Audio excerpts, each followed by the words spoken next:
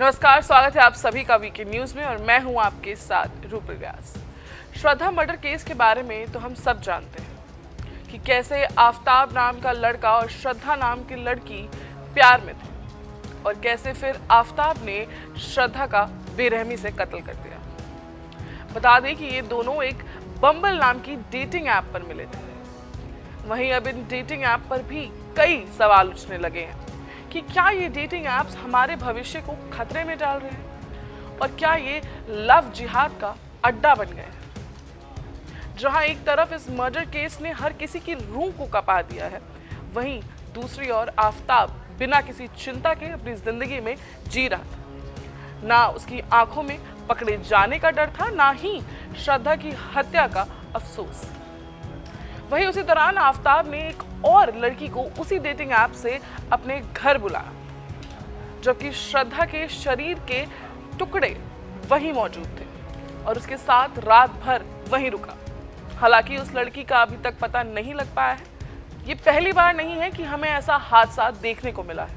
अगर बात करें लव जिहाद की, तो इन डेटिंग ऐप पे तो कोई किसी की आइडेंटिटी नहीं जानता कि कब मनीष मेहताब बन जाए, कब अजय आदिल बन जाए और कब सुनील सुलेमान बन जाए।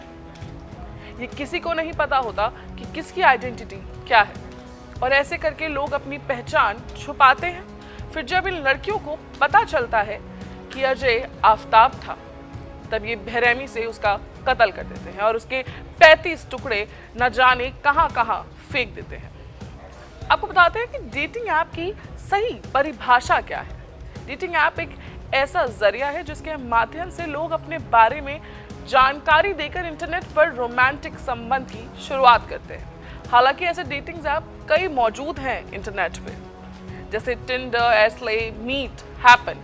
वहीं कुछ मैट्रिमोनियल ऐप्स भी हैं, जैसे शादी.com, जीवन साथी, जिसके चलते लोग अपना जीवन साथी भी ढूंढते हैं। और यही नहीं, अब इंटरनेट पर कुछ ऐसे भी ऐप्स आ गए हैं जिसके चलते लोग वन नाइट स्टैंड करते हैं, जिसका मतलब है कि दो लोग यौन संबंध बनाते हैं और एक रात के लिए ही मिलते हैं। यानी जहां कुछ लोग इसका सही इस्तेमाल तो करते हों, वहीं कहा जाता है कि अब कुछ लोग इसका इस्तेमाल जुर्म के लिए भी करने लगे हैं, फिर चाहे वो मनी लॉन्ड्रिंग हो या सेक्सटॉर्शन।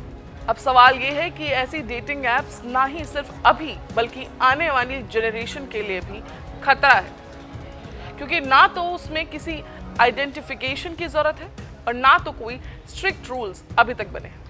क्योंकि आज की दुनिया में मोबाइल और इंटरनेट तो छोटे से छोटे बच्चे के पास भी होता है, अब चाहे वो उनकी पढ़ाई के लिए हो या अदर एक्टिविटीज के लिए। और ऐसे में ऐसे ऐप्स का होना बच्चों के लिए खतरा बन सकता है। ये नहीं, ऐसे में विदाउट एनी वेरिफिकेशन किसी का भी इसे यूज करना खतरा है। सबसे बड़ी बात तो ये है कि इन डेटिंग ऐप्स को लॉन्च करने के लिए भी कोई रूल रेगुलेशंस अब तक नजर नहीं आते हैं। और ऐसे में अगर डेटिंग ऐप्स आपके और आपके परिवार की जान के लिए खतरा बन जाए तो क्या होगा।